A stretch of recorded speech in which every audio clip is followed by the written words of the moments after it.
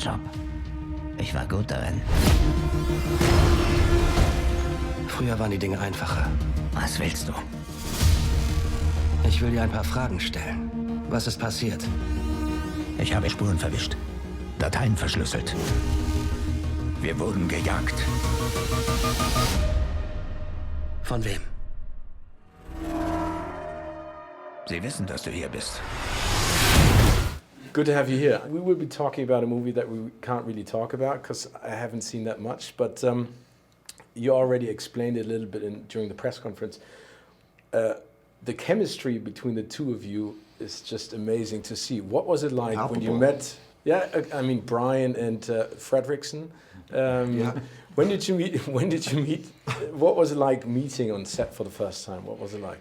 On set, it was really pretty bizarre because he'd been working before I got there, and I arrived, and we'd met briefly once before, and at some show business event, but we really didn't know each other.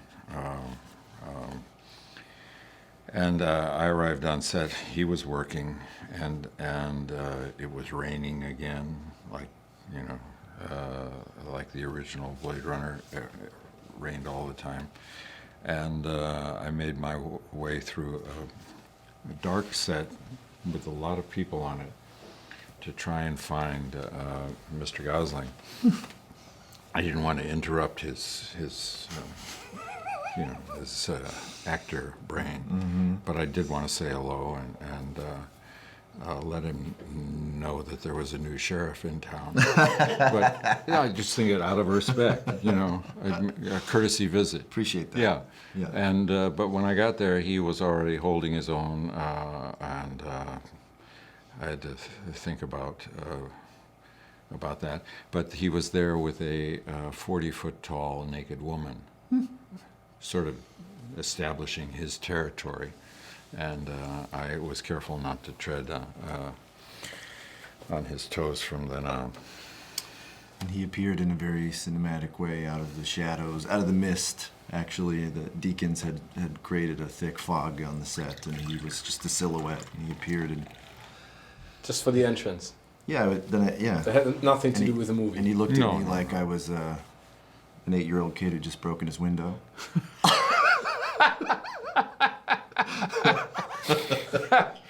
No, I did not. I had great respect. I had great respect for Ryan even before I got there. But I got over that. You walked away with yeah. Next to the fun part, what was the greatest challenge actually preparing doing Blade Runner 2049 for you to return and for you to step up for the first time? Figuring out what to do. No, that sometimes you have to figure out what to do because the script is not supporting you sufficiently. You don't know how to make something out of something that's fulfilling for the audience and yourself. But in this case, we had a wonderful script and a matrix and a set of relationships established that more than adequately prepared you with emotional understanding of what was there. But the job always is to get the most out of that day, out of that moment, out of that scene that you can through collaborative enterprise and intimidation if it's necessary. No. Was it necessary? No, it was never necessary. But I mean, we had a great director. We had a really good, maybe even better than that, working understanding. We didn't talk about it very much. We sort of, and I love that because you talk now. I'm going to run us out of time. No, it was fabulous.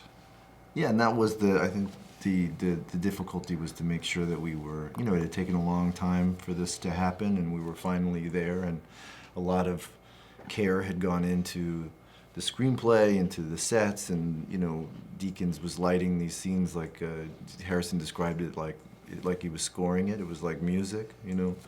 And there were so many rich themes and dynamics in the story and in the characters that it was just making sure with the time that you had now and in that day that you were able to, you know, to pull everything out of it as, you know, that you could, so that Denis had as much to work with as possible.